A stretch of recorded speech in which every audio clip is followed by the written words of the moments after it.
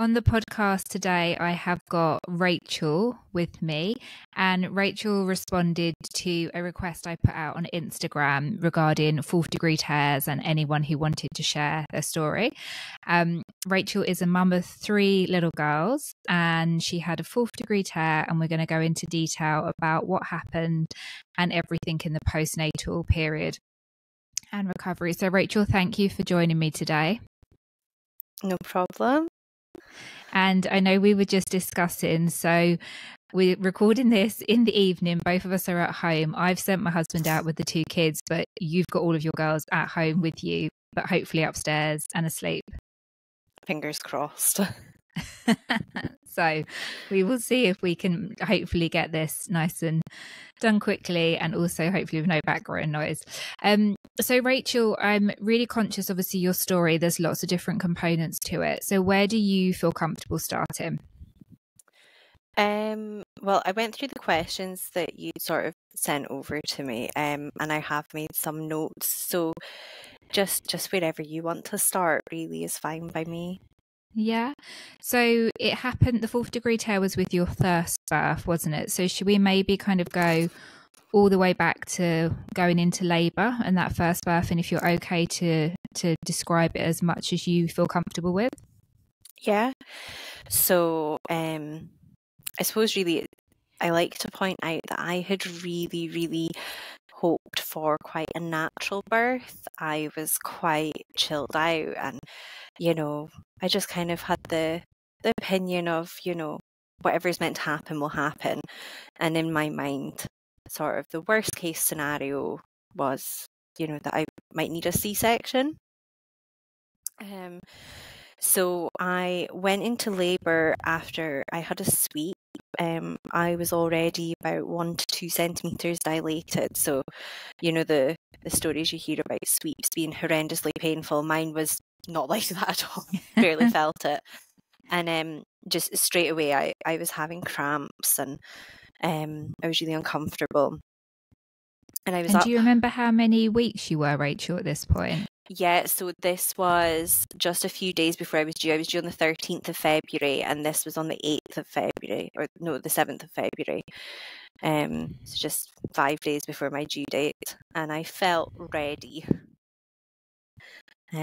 So yeah, I was up most of the night with really bad cramps, but I didn't think it was labour. I didn't think it was labour cramps, because the cramps were all in my back and going down the backs of my legs and even the fronts of my legs. And obviously when you read about contractions, that's not the description at all. So my husband went away to work as normal in the morning, because I was like, nah, I'm not in labour. And I'd been up all night. My mum came over in the morning, and I was sort of in and out of the bath. My husband was on the phone to me, and eventually when I said, I need to go off the phone, like this pain's coming back and I can't speak to you, and he was like, I'm coming home. So good husband, he recognized the signals. Yeah. So I phoned the hospital, started timing things. Even though it didn't feel like contractions, I still wasn't convinced. I just thought it was, I don't know, pain. We phoned the hospital, and I was at the hospital by about 3 o'clock in the afternoon, so about 24 hours after I'd had my sweep. I was just on the triage ward. By the time we got to hospital, I was in a lot of pain. I was already starting to struggle. They suggested that I go and take a bath. There was like a bath in this strange little side room off the ward, and when I was in the bath, I was just like, oh my God, I cannot do this. This is just far too much. And I sent Owen to go and get the midwife. There was nobody coming, and then they were doing handover, because this was now coming close to the evening. So kind of held off, and I was kind of thinking to myself, at this point I'd had dihydrocodeine and paracetamol, and at this point I was thinking, like, where is all the drugs? Where is the pain relief? Like, I was like a bit confused, because I was like, I don't think anyone else understands the pain that I am in right now. So anyway, we were taken through to the labour ward at about like 7:30, 8 o'clock. I had a really lovely midwife, who was, of course, young and beautiful. And she was so nice. And I'd always said to Owen that I didn't want to have any other pain relief other than gas and air. That was sort of my plan. That was your And plan. Okay, yeah. Yeah, I'd sort of talked him through the risks as well. I was like, if I was to have a morphine injection, that might make baby sleepy when they come out, and I really wanted to breastfeed. So, I had quite idealistic views, I think. By 9 o'clock at night, I had asked for an epidural, and they'd said, well, let's maybe just wait, try morphine first. Okay. So that's what I did. I tried morphine. It was around about 10 o'clock. That's the last time I really remember looking at the time, although Owen says that I asked what time it was constantly for the next sort of 5 hours. Okay. Looking back, it's because I couldn't see the clock. Like I couldn't see. I was in so much pain. Everything was really blurry. Like I couldn't see properly. So yes, I then had, I think, 3 or 4 failed epidurals between 10 o'clock at night and 3 o'clock in the morning. Gosh, and why were they failed? In the sense that like they were doing it for you and then you just weren't feeling the pain relief, or was it down one side?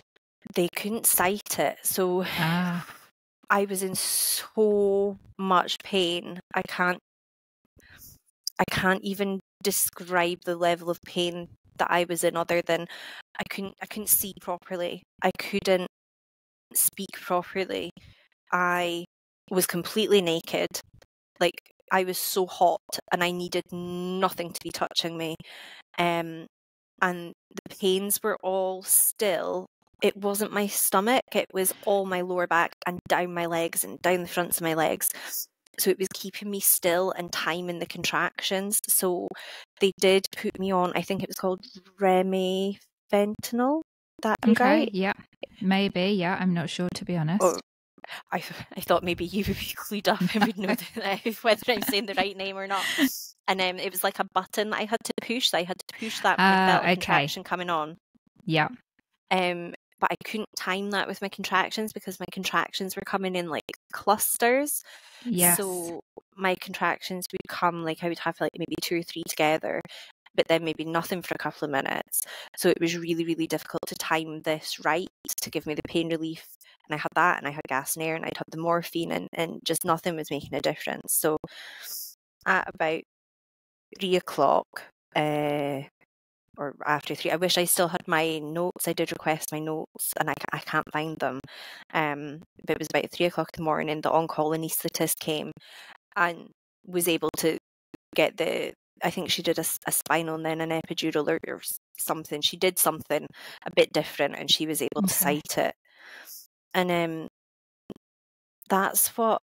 Oh, so sorry. Something really important that I wanted to get in here was in that time, I was absolutely beside myself. Like at one point, I think I said, I'm just going to leave. Nobody's doing anything for me. I'm just going to leave. And I remember my husband saying to the midwife, like, "Oh my God, what did I do?" And she was like, "No, she's not getting off that bed." And the room was filled with people. People kept coming in. So the charge midwife kept coming in. People were in and out. At one point, Owen remembers my midwife saying, "Do you know what? We need to clear the room. There's too many people in here." And there was great fascination because I was in so much distress and I was in so much pain. And there was quite a lot of fascination with the fact that the baby, so Mara, wasn't in distress. It seemed that they were expecting that the baby would be in distress if I was in so much distress, and she was completely fine. I remember vividly several times begging just for a general anaesthetic, just to put me to sleep and just, get the baby out, get the baby out, because it just felt like there was no end point. I couldn't even tell you what points of labour I was at during that time or how far dilated I was during that time. It was just an absolute blur. So anyway, once I got the epidural sighted and things calmed down a wee bit, I the pain, I could still feel my contractions, but not as bad. And my left leg turned purple. It turned really, really purple. Gosh. And my, I'm not sure what the correct medical terminology, but I think I had 2 cannulas in my arms, and they came out. Right. Okay. It was like my body was rejecting everything, and I used to have a dermal, like a almost like a surface piercing type thing. My body rejected that during labour as well. Okay. And this all kind of happened at the same time, which I've read into, one of my fascinations is trying to figure out how fistulas happen and what the signs are during labour. Yeah. And the leg pain to me is a real sign that something wasn't right. That's fascinating. And okay. Mara was back to back during my labour. So that explains a lot of the back pain as well, because back-to-back babies, you just feel it, like a constant back pressure, don't you? Okay, and it's so uncomfortable. I think that's really important to put, because you're not getting any break, and I think when you learn about contractions, and like you said at the beginning, how you didn't think you were in labour because it wasn't the usual contractions that you read about on your tummy, and that's the thing with back labour, is it does just feel like one constant back pain, and I think that's what you're saying. So it's so at about 6:30 in the morning, I remember my midwife saying, right, we're gonna examine you, we're gonna have another look, because obviously she was finished at 7, and she was like, if we're close, she was like, I'm just gonna stay. And I was examined, and no, I was 9 centimetres dilated, but at the debrief I learned that there was like I think they described it as like a lip. Yeah. So the team of doctors came through and told me that what they were going to do was they were going to take me through to theatre, where they would have me attempt to push and then make the decision there and then whether forceps or a C-section would be the best option. So I had literally signed my consent forms, and sorry, I'm turning my page, I've made some notes. It's okay. I signed my consent forms, and could you see your consent forms? Because I'm just really conscious that beforehand you said your eyesight was blurry, and so at this point, could you actually see, or did someone explain it to you? At that point, I was lucid enough that I could see the pain had calmed a lot, so I could. But then shift changed, and a new team of doctors came round and examined me again. Okay. And I remember thinking, why am I being examined again? Is that necessary? We've made the decision, but I was just, the doctors are here. They know what's best. They know what to do. And all of a sudden the plan changed, and they said, no, we're going to leave you for a few hours. And in a few hours, big change in plan. That's big a huge change. Yeah. They said they were going to leave me for a few hours and then have me push on the ward. And then if the pushing didn't work, then I would be taken to theatre for either forceps or a C-section. So at that point, I was really, really upset. I got really, really upset, and I remember the midwife. I now had two midwives because they had changed as well. And one of them did say, look, I'll go and speak to the doctor and just explain, because by this point I'd been awake for 48 hours. I was exhausted, even though the pain relief was working. I was still really uncomfortable. My leg was still really purple and really sore. It had been looked at and just sort of dismissed. And the doctor that came back just said, nothing was explained to me at the time. It was just sort of put, no, this is what we've decided and this is what's best. So that's what we did. So the pushing on the ward wasn't successful, and I think baby's heart rate started to drop a little. So it was 2:30 in the afternoon. We were well, it was about 2 o'clock that we were through to theatre. Mara was born at 2:30, so that's a big jump from 7 o'clock in the morning. Yeah. So she was a forceps delivery, a forceps with Keelan's delivery. So they had to, I think, rotate her. When we were going through to theatre as well, I started to get really bad pain in my arms, my shoulders, and my back. And they said, oh, you're just anxious. But I was in so much pain. Like, it was like the pain from my leg that I was feeling through all the pain relief had just spread. Yeah. So I had gas and air when Mara was born. And yeah, that's my birth story. Thank you so much for sharing it with us. It feels like it was obviously completely different from, I suppose, what you'd been expecting as well, and what you'd, what you thought you were going to go through, and then obviously such an ordeal. And I feel like there was a lot where you potentially weren't listened to, maybe, when you were all of what you were experiencing, trying to pass that on to the medical professionals. Yeah. When you say that sorry, go on. No, you go. I was just going to say that looking back, I just didn't want to or know how to advocate for myself, I think. And a lot of things I've learned, I did have quite a disastrous debrief of my birth, but I learned a lot at the debrief. Things that, when I was re-examined at the back of 7 a.m, in the space of that half an hour, the lip was gone. So right. I was now able to push, but it's just that thing of, none of that was explained to me at the time. It was just like, oh, this is what's happening. This is what we're going to do. Yeah.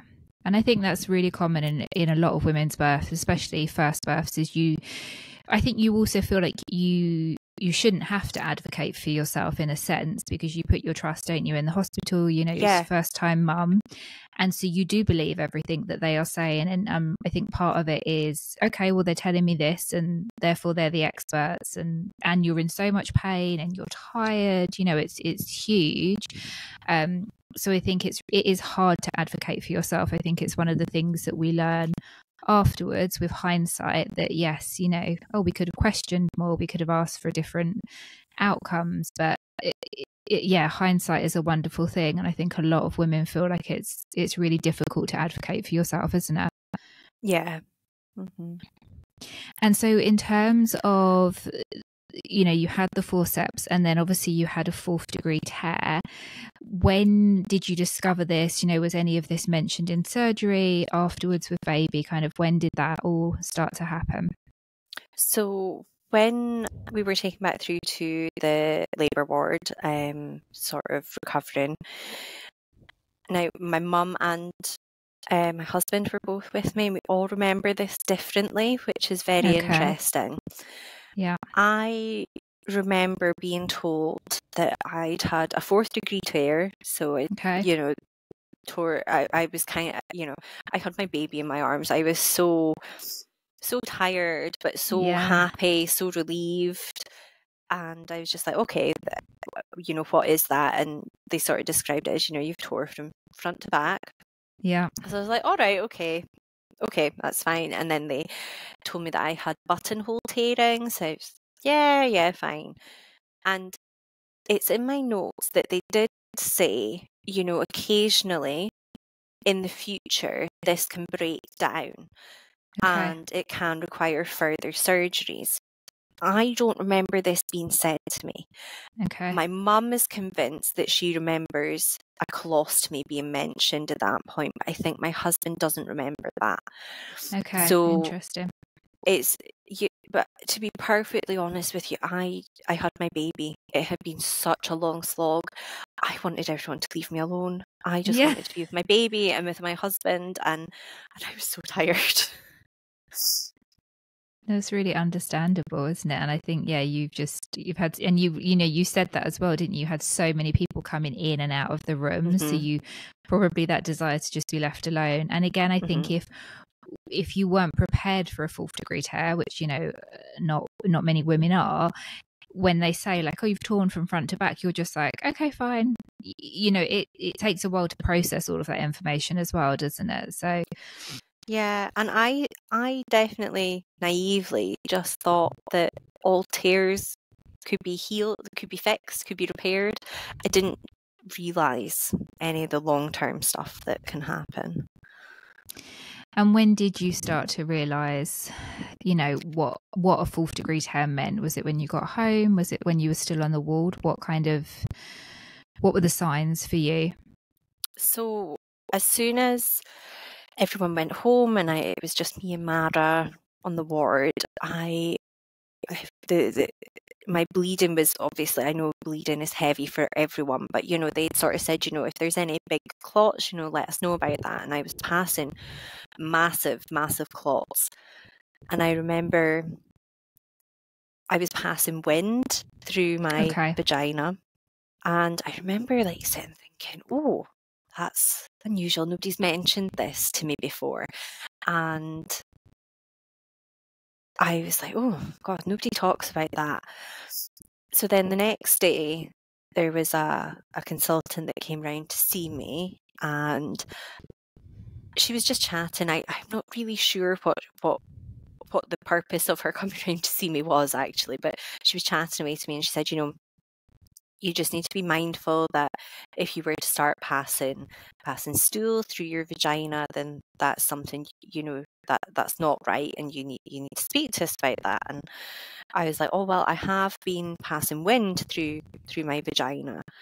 And she's like, oh, right, okay, so we need to examine you. So she took me through to examine me.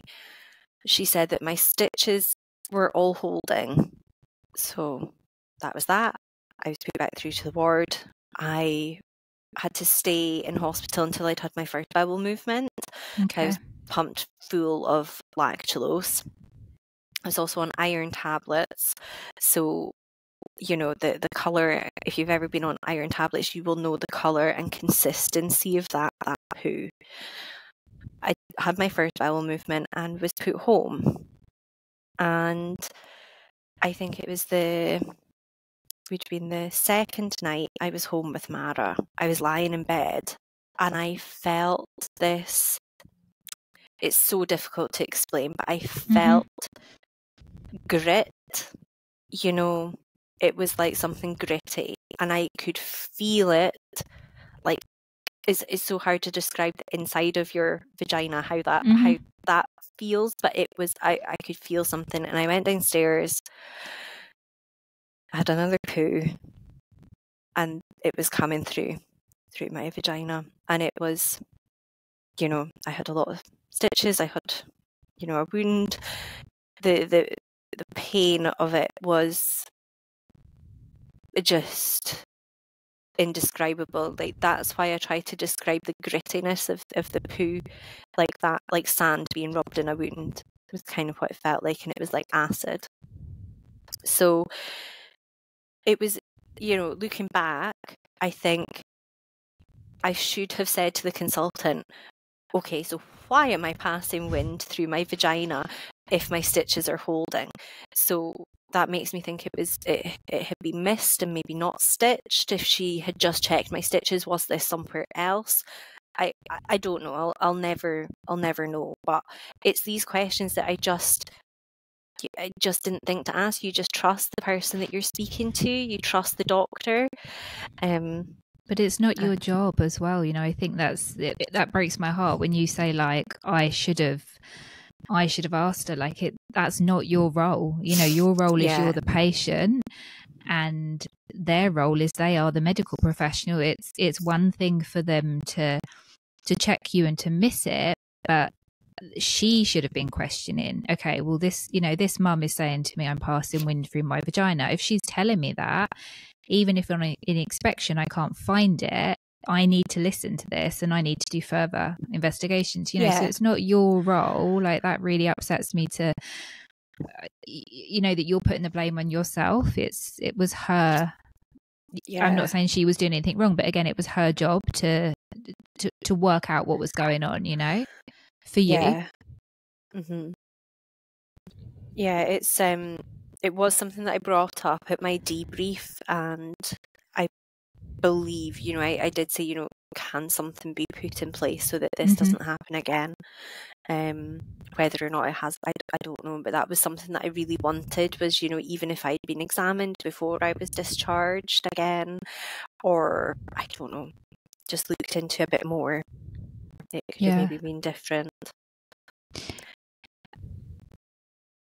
And how did you move on then from, so when you're saying that situation happened, did you, I think when we spoke on the phone beforehand, you said you went back to A&E, or you rang the hospital again and they told you to come in? So, not quite. Okay. So it was the middle of the night, and I sat with, right. Yeah. the leaflet that you get. Yes. And it didn't, on that leaflet, didn't even say that passing stool through your vagina was possible. It didn't say what to do if that happened. It didn't have anything about buttonhole tearing. I was trying to sort of Google things and nothing was coming up. And so I just waited. I waited until the GP surgery opened, and I phoned the GP surgery, and the person I spoke to on the phone was like, "Oh, I'm going to put you through to the midwife team." And they were like, "You need to go back to hospital." And I was devastated. I didn't obviously want to go back, but to have sat all night, by myself, because I didn't want to wake my husband, and just sitting going, what is happening? What is happening, and what am I supposed to do? It didn't say, phone the ward, or just nothing. So I went back to the hospital. I saw a really lovely consultant. I was seen really quickly and examined, and straight away she found the fistula, the rectovaginal fistula. And this is one of these moments that I replay in my head all the time, because when she said, "Yeah, I found it," I was like, "Oh, thank God." And I think I actually said something along those lines. And she did look at me and she was like, why have you had that reaction? I was just like, I'm just so glad. Like, I didn't want somebody to say it was all in my head again. Of course. So she sat me down and explained it. And I mean, stupidly, I had left Mara and Owen in the visitors' room and had went through by myself. And she explained what she was going to do next was contact the on-call person from gynae and the on-call person from general surgery, because they would likely want to have a look at me together, because I was 5 days postpartum at this point. There was a 50-50 chance that I would need a colostomy. Okay. Pardon me, sorry. It's all right. So it was a 50-50 chance, and she said that they might. She sort of said, you'll need to sign consent forms before you go in. The colostomy would just be temporary, but it might not happen. So I went out and I told Owen. Owen had no idea what a colostomy was, and he was so amazing, because he was just so, yeah, it's fine, we'll do it. Whereas I was just thinking, a bag of poo. I've just had a baby and I'm going to have a bag of poo. And yeah. And I went and I phoned my mum, and in the time it took me to phone my mum and go back to the visitor's room, the consultant came back and said, "Oh, actually, you're not an emergency. You're not classed as an emergency. So we're going to have to send you home." Because she'd said to me, when we were in the little room after examining me, she said, get in touch with somebody, get them to pack a bag for you. You're going to be kept in. And she was like, "I'm so sorry." She was so apologetic, and she was like, "I'm going to go and try again." And that was that. So I was sent home, and yeah, I was sent home knowing that I was sent home pooing out of my fluff, which is just, it was something that until that happened to me, I didn't know it was possible. I didn't know it could happen. It was so dehumanizing. And it Completely. felt so degrading. And that night, it was my mum's birthday that day, and we had everyone over for a Chinese, and I needed to go to the toilet, and I then had to, I remember just thinking, I don't know what to do. It just felt like the poo was everywhere, all in my fluff, all in everywhere, all in my wounds. And I just got into the bath, and I was sitting in the bath with the towel, and I could hear Mara crying in the living room because I was breastfeeding. No one else could settle her. I couldn't take her into the bath with me because the bath was full of poo and, everything. And I was, everything. Just that moment, I just thought, how can this not be urgent enough? So yeah. It's heartbreaking to hear that you've had to live through that, and that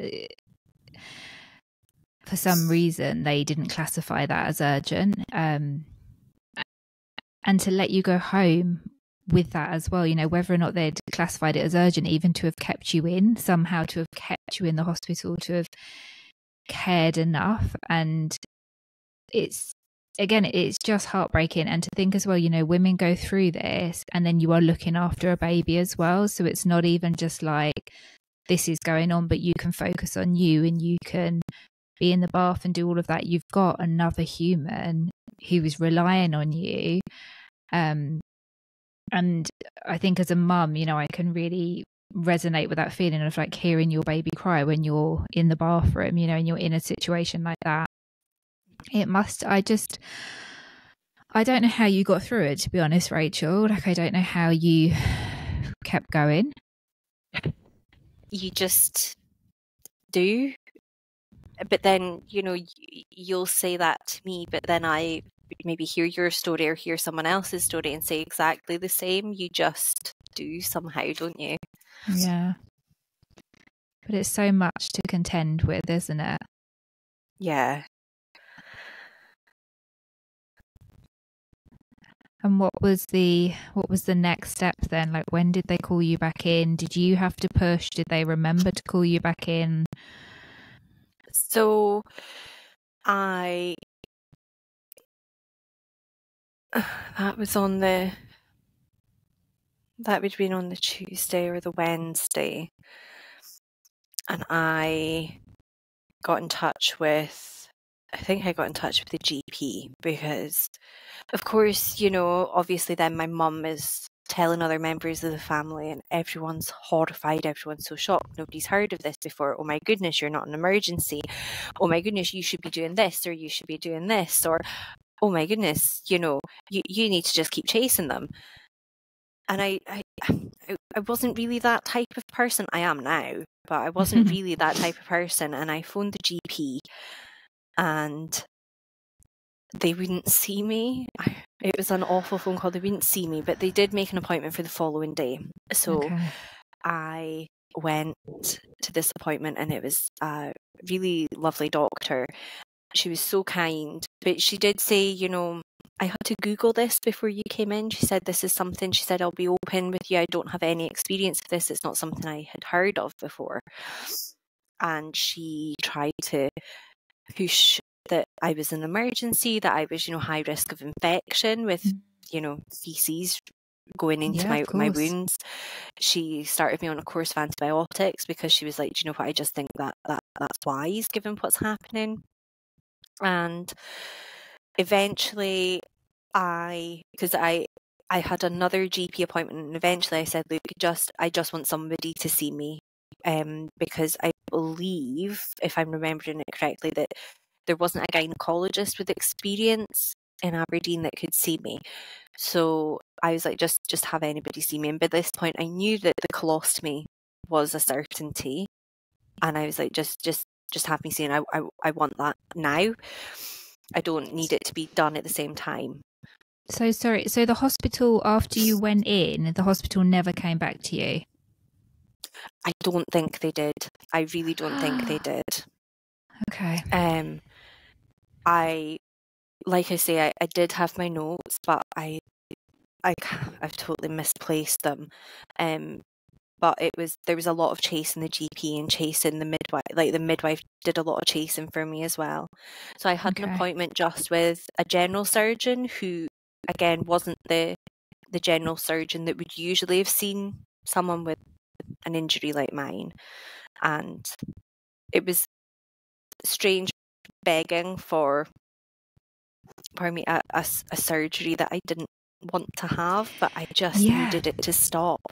I just needed I needed something to be a little bit better because the symptoms were just horrific. When you needed someone to care for you, I mean, I'm flabbergasted that like this wasn't a priority and you weren't followed up, and how you were expected to just carry on and again look after a new baby, you know, that no one was dealing with this. Like, I think it's appalling, you know, it's really appalling.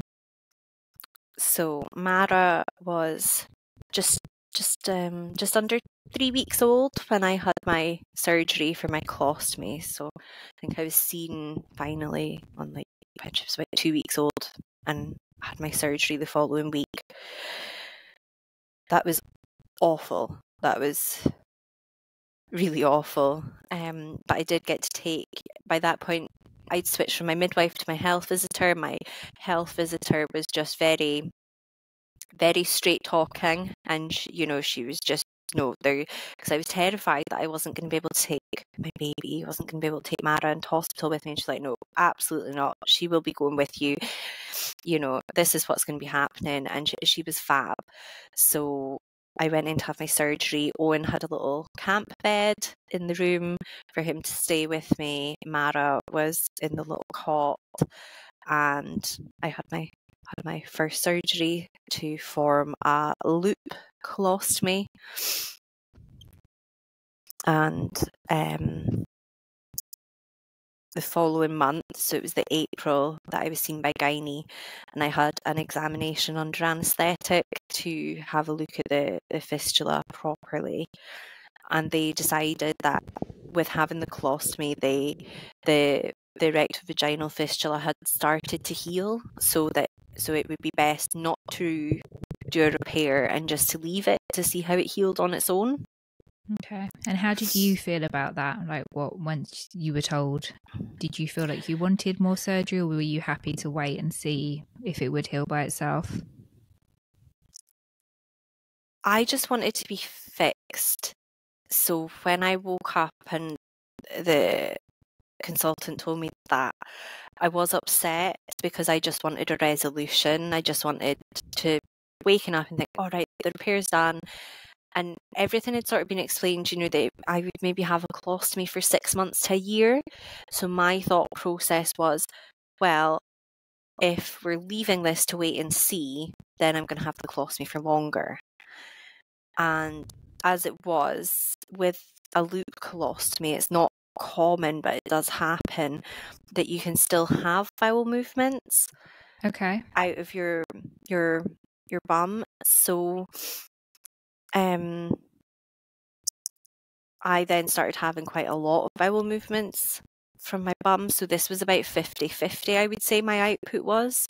Okay. So obviously then my symptoms of the rectovaginal fistula came back.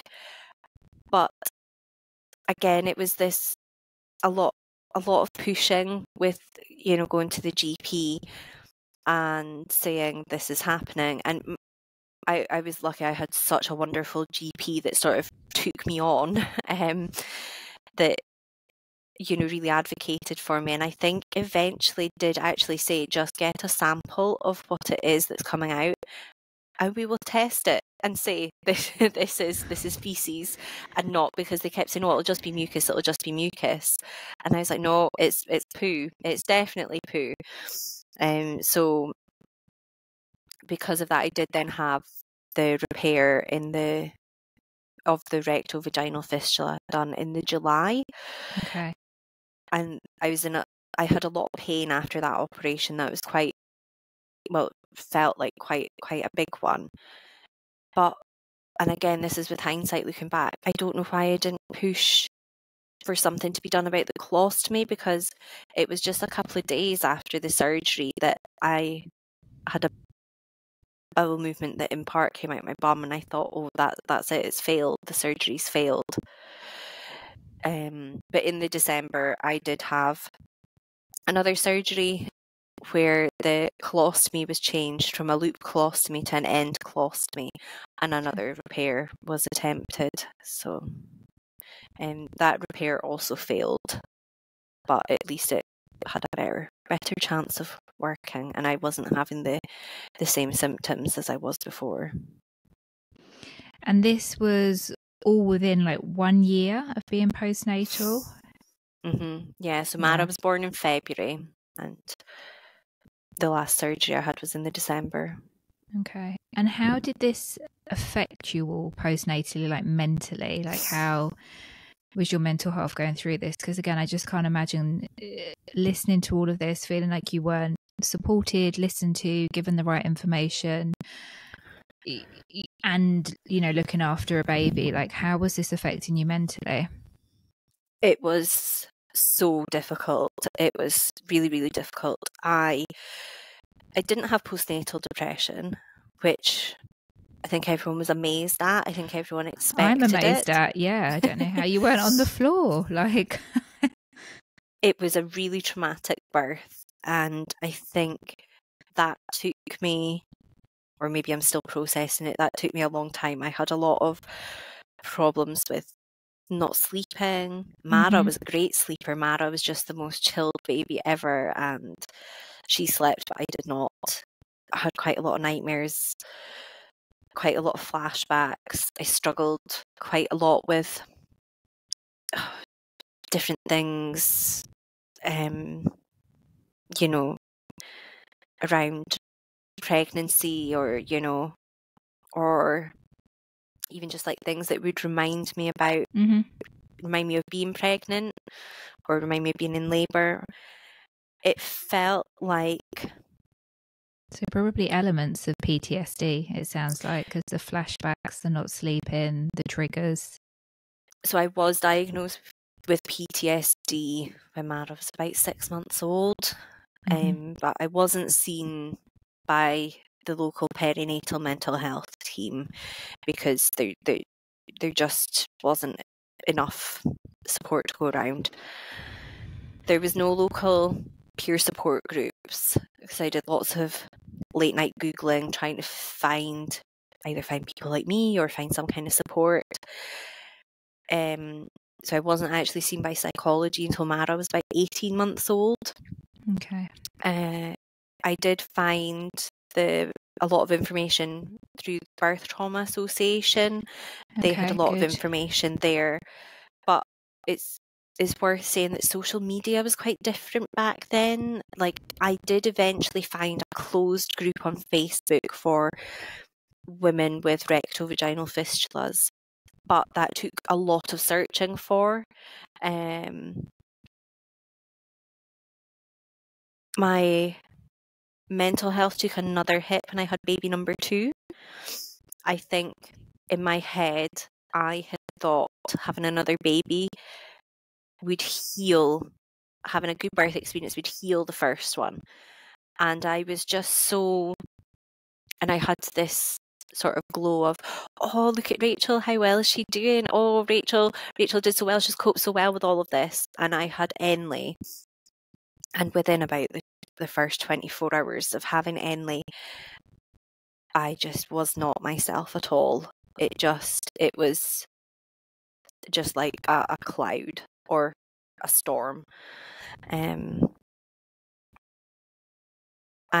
when I went to see the GP a couple of weeks later, or maybe a couple of months later, he sort of sat back and went, oh, I think we dropped the ball here. I think we should have expected this. And it did feel like then everything just hit me at once. Like the everything with Mara, everything just washed over me. I'm so sorry. I've just noticed we've been chatting for ages and we're not done your questions. I'm so sorry. No, Rachel, don't apologise. I want you to tell your story, and I really want to give you the space to tell you your story, you know, as feels right for you. So don't worry about the questions at all. The questions were just there to help us with the podcast, you know, but you tell your story and I think anyone listening, you know, I think anyone listening, first off, will just think you are absolutely incredible, to keep going. The fact that you've gone on to have more children, I know you've gone on to have another 2, and just everything that you've gone through. And even just quickly going back to the bit where you said, you know, you were having to Google, you were looking for support groups. I mean, it feels like it should be so basic that you would experience a 4th degree tear, you know, this buttonhole tear. The hospital should be coming to you saying, oh gosh, let's get you, you know, booked in with a counsellor and a psychologist, and let's get you a support group. You know, the fact that none of this was forthcoming, and I understand it's, you know, the NHS, but it's really heartbreaking that you've gone through all of this and you've had to fight for yourself the whole time and keep advocating and having more surgery. So I'm not surprised it hit you second time around. I think the fact that, and again, most people listening will think, God, you know, how you even got pregnant and, you know, managed to go through the pregnancy again and all of that without being triggered is incredible. So you just tell your story how it is. Thank you. It was really difficult, really, really difficult, because I had this overwhelming feeling, and I still have this feeling now, even when it comes to any appointments I have now, just kind of that nobody quite knows what to do with me. That was a really big feeling that I had at the time, and I sensed quite a lot of maybe fear and maybe just wanting to kind of brush me under the carpet, rather than just head on deal with me and my injury and my subsequent issues and just help me. It's like, instead of, it's I suppose it's the whole duty of candor thing, isn't it? It's apologising and taking ownership, and, you know, all I've ever wanted is just to be fixed.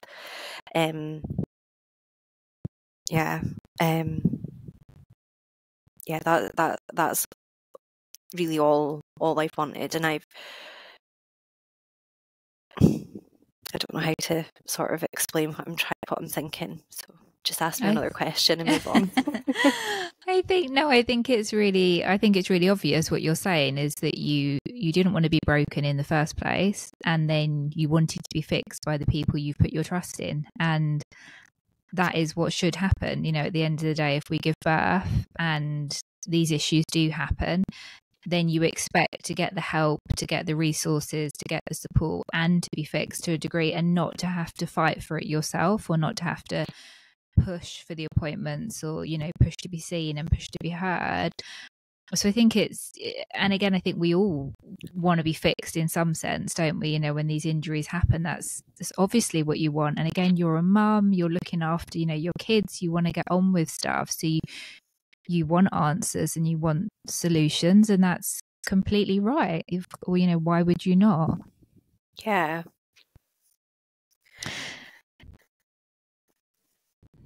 No, so and you go. I was just wanting to ask, I think people will be wondering kind of where you are now. So I know you then so I'm going to guess that you definitely had 2 C-sections afterwards. Yeah, so that was one of the first things they said about my injury was, you know, a natural birth wouldn't be recommended, or possibly not possible. Yeah. There was like mixed feelings, like feelings of relief about that. Like I knew that before going into the pregnancy, and I think that's why I was part of the reason I was so keen to have more, because I knew that I wasn't going to have to go through a labour again, or go through that experience again. But at the same time, I was devastated that I wasn't going to have, you know, the natural birth that's really, you know, I don't want to say glamorized, but, you know, kind of glamorized in a way.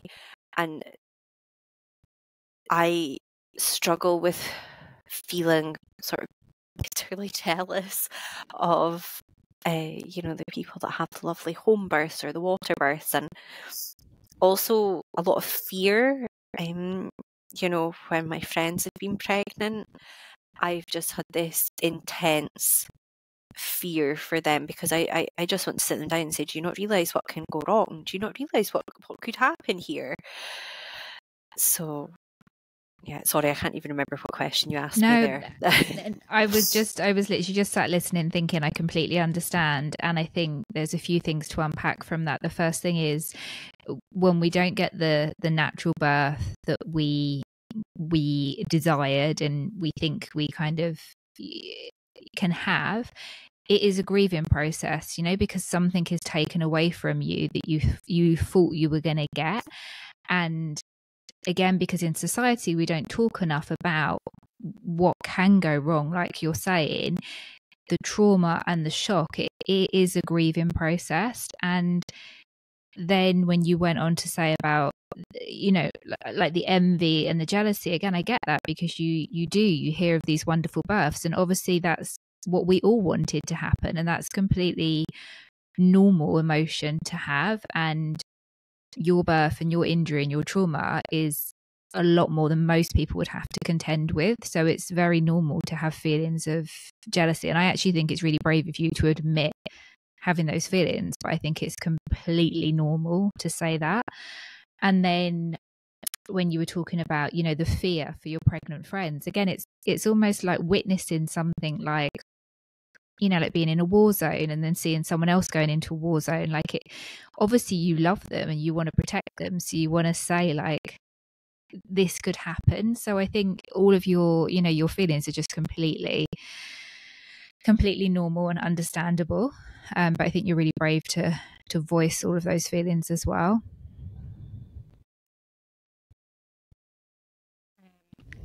One of your questions that I wanted to talk about was one of your questions was around, did my birth injury affect my bonding with Mara? Yeah. And it's so important for me to say, like, I do think I'm an exception, not the rule, that it didn't affect my bonding with Mara at all. As soon as I saw her, I just had this feeling like, oh, we've been through something together, and I just felt like we had been through it, and felt really, I don't know how to describe it, just like I knew her is the only way I can kind of put it. But I did feel a lot of grief for the things that I felt I had missed out on. I had all these plans of doing skin to skin in the bath, and like I was saying earlier, that wasn't possible. Yeah.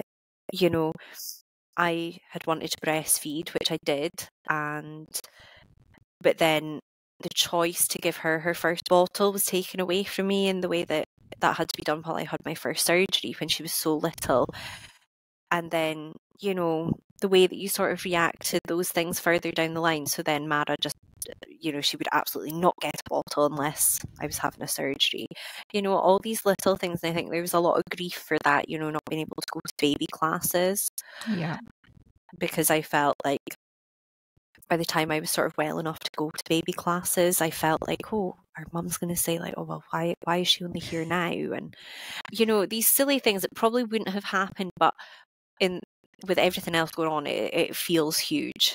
I think, yeah, and again, it's a grieving process, and I had a 3rd degree tear, and I didn't go through half of what you went through, but I couldn't get to baby classes for a long time, and I had exactly the same feeling. I thought people would be judging me, like, why is she only here now?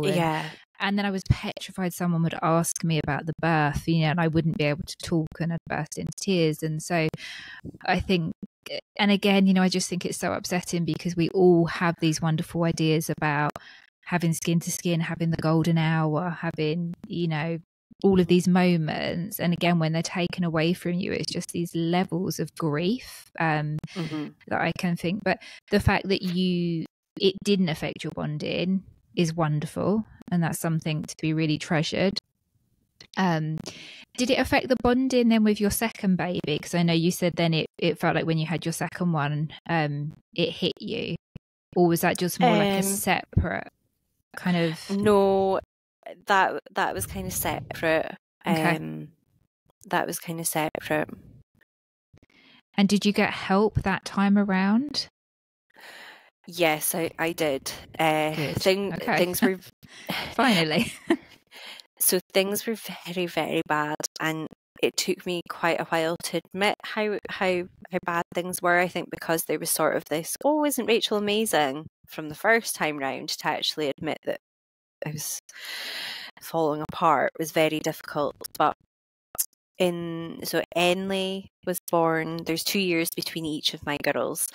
Okay. And Enley was born in 2019, August 2019. And January 2020, I saw advertised on Facebook a group for mums with mental health issues. So it's called Latinum. And I went to the first ever meeting. I saw there was a segment on like our local STV news, Okay. and the two founders of Latinum, one of them suffered postnatal depression, and a lot of what she said I felt I could relate to after having Enley. And then the other founder, Jill, she had a traumatic birth with her first, and she had a birth injury, and there was just so much of what she said I felt I could relate to, and it was the most welcoming experience ever. And they've obviously the group has grown a lot since then, but they've just done amazing things, and just having that peer support is really nice, and feeling that you're not alone, and being able to say, having that space to talk about things that you can't talk about, with everybody, about, my bag leaking, or, pain or flashbacks, or, struggling with your child's birthday because that's your anniversary of your birth trauma, all these things that are a little bit taboo that other people don't understand. And I think that's what everybody needs. You found your tribe, basically. You found your group of women who completely understood you, didn't judge, could empathize with you, and that, I mean, that's huge. It makes all of us feel better when you find those people that you can talk to that understand. I think it's quite a big relief, isn't it, as well? Yeah. I'm getting conscious that I've taken up a lot of your time and your girls are upstairs. I think probably everyone that's listening would want to know just where you are now, so where you are in terms of any surgeries, what kind of, where your recovery is. So if you're happy, maybe just to talk about that a little bit. Yeah, so when Mara was about 18 months old, so about 6 months or so after my last surgery that I spoke about earlier, I was examined, and it was confirmed that the rectovaginal fistula is still active. The repair hadn't worked. At that point, because I'd experienced so much pain following the 2 surgeries that I'd had, they said that it wouldn't be recommended to have another surgery. And at that point, I was done with surgeries for a while anyway. Mara was 18 months old. I just dreamt of having 2 under 2. Having 2 under 2 was just my absolute dream. But, there was barriers when it came to sex and actually conceiving another baby. And I just wanted to focus on that. So I had Enley. I fell pregnant with her a couple of months after that appointment. I was seen again when I was pregnant with Enley, but obviously they couldn't examine me or anything, so I was just sort of put on hold to come back when I was done having children. So I then got my 2 under 2 by a little bit of a surprise. So I had Imogen 2021, Okay. and I had an appointment just the start of 2022, so with my 2 surgeons, so a general surgeon and a gynecologist. So by that point, I'd been seen by a really wonderful psychiatrist who'd really helped me with a lot of stuff. And I went into the appointment just asking a lot more questions, I think, and advocating for myself a lot better. So I was very firm that I did not want to be examined, because that's something that I find quite traumatic, and it was actually news to me to learn that I didn't have to be examined while I was awake. I could say no, it's too much for me, and have that done under anaesthetic. So I was referred to have an MRI scan, and I've had that, and I've been referred to have an examination under anaesthetic, so I'm still waiting for that. I still have my colostomy. I think I probably always will, even if I was to have another surgery. I don't know if I would ever be able to risk having the colostomy reversed and then just living in fear of this happening again. I have quite a big hernia. I've got a peristomal hernia, so I'm just kind of waiting. It's just waiting now for the examination and to sort of decide what happens next, because if I would like to do another surgery on the rectovaginal fistula, then they would probably do a repair of the hernia at the same time, or different decisions affect different things. And I'm quite hopeful that I'm hopeful that maybe one day I can be fixed. I asked at my last appointment, what advances have there been? Yeah. Since 2017, there have been none. But I did sort of say, I would be happy to try something that's maybe a bit more experimental. I said, I'm not a doctor, but I sort of said all the things that you're a bit scared to say. I was like, I'm happy to try something different. It seems silly going in and doing the same thing. So I think they are going to get a plastic surgeon involved to see if there's something that they could potentially do. My big fear is having another surgery and the pain. I experienced the first time, but it's just all decisions that I have to make at some point. I would love to. So with a colostomy, you still pass mucus from your bum. Some people pass this, quite irregularly. I have phases where it's every day and phases where it's not so much, but obviously that comes through my vagina, and that's still a form of fecal fluid, so it's still, I feel like I get thrush quite a lot. I feel like there are still symptoms, even though at my last appointment they said, at least you don't have the same symptoms you did have. I was like, but I still have symptoms. So it's, if I can get to a place where that's all sorted, I'll be happy. And I think that's fair enough, isn't it? You want to be fixed. You want to be back to you and to where you started. And I think that's a completely normal and justifiable desire that you want, and I think you're doing an amazing job pushing for that, and to be willing to try something new. And I really hope that if you do have that appointment with the plastic surgeon as well, something comes out of it.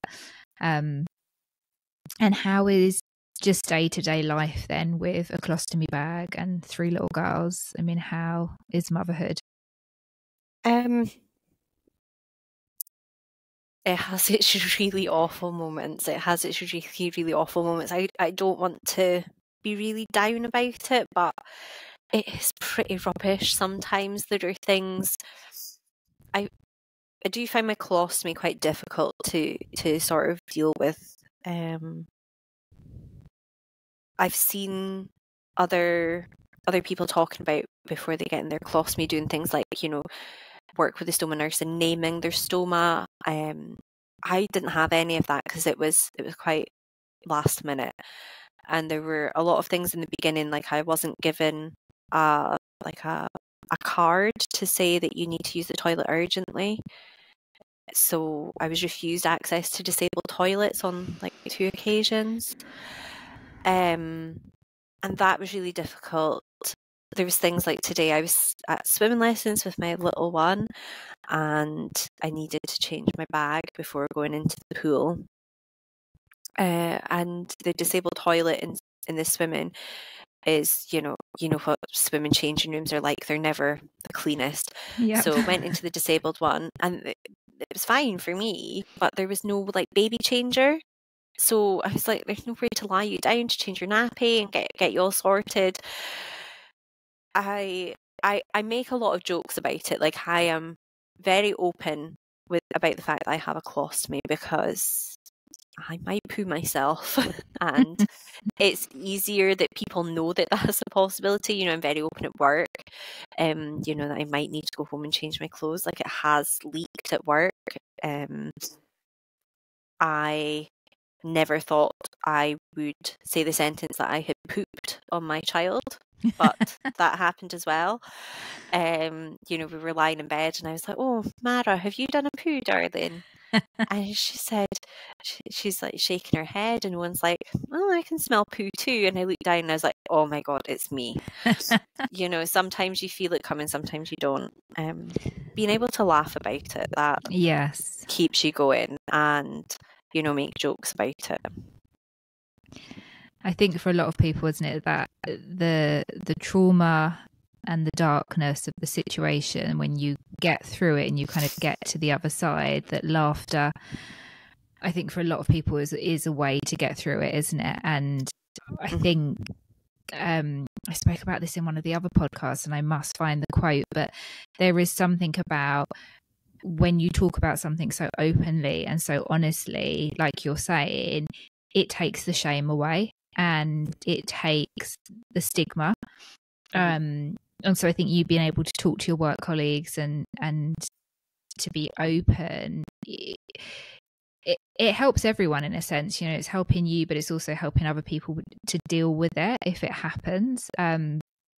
And I think the fact that you've come on and you've shared your story so eloquently, I think you would have helped so many women, unbelievably, to have come on and to share so openly.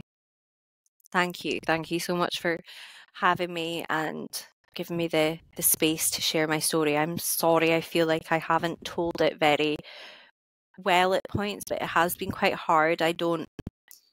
It's not something I talk about a lot. I don't talk about my labour a lot, but it's so important to me, because I felt so alone. I felt so alone, and I was like searching hashtags on Instagram, like searching rectovaginal fistula. I was just searching for people like me. So I really hope that this does reach somebody and somebody can relate to some of the things I've said. I don't know if I'm very hopeful, but I think as well that being able to tell my story and be able to say, this isn't a horror story. This is what happened to me, and it could happen to other people. And I think that it's so important to tell stories so that people are aware of birth injuries, different degrees of tearing, that people are sort of able to educate themselves, because I wasn't aware. And yeah, I have been told, "Oh, don't say that, don't tell your story. Oh no, you'll put them off." No, I won't. I do think that maybe had I known more before being in labour and, listened to my body more, things might have been even slightly different. And I think all of us with a birth injury, all of us say, "I wish I'd have known." That's the thing that I hear all the time. So I think, yes, we have to be careful who we share our story with. Are they willing to listen?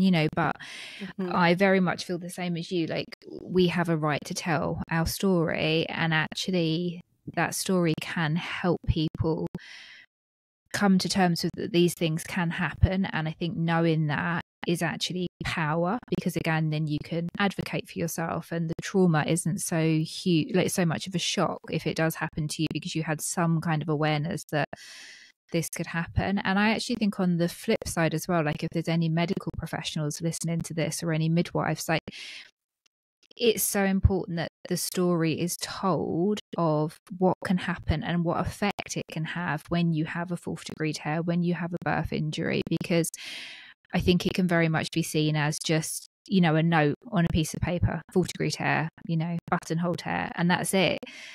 And I think these stories have to be told, but you told it beautifully and it's your story, you know, so your story is the way you tell it. I just want to ask you that, are you willing, if people, you know, I know you're happy to share it. So if anyone gets in contact with me, maybe through the podcast, and they would like to reach out to you, are you happy for people to do that? Yeah, of course. I'm totally fine with that, and my Instagram is public at the moment. Sometimes I share bits and pieces of my story, sometimes I don't. But if you scroll back, you'll find some bits and pieces as well. Okay. So I'll put that on the show notes as well. And then if anyone wants to get in touch with you, they can do. But thank you again, Rachel, so much for sharing your story. It really is. It's an honour, like a real honour, just to have sat here and to have listened to you. Yeah, thank you so much. Thank you. Okay, I'll leave you for your little girls now. Okay, bye. Thanks, Rachel.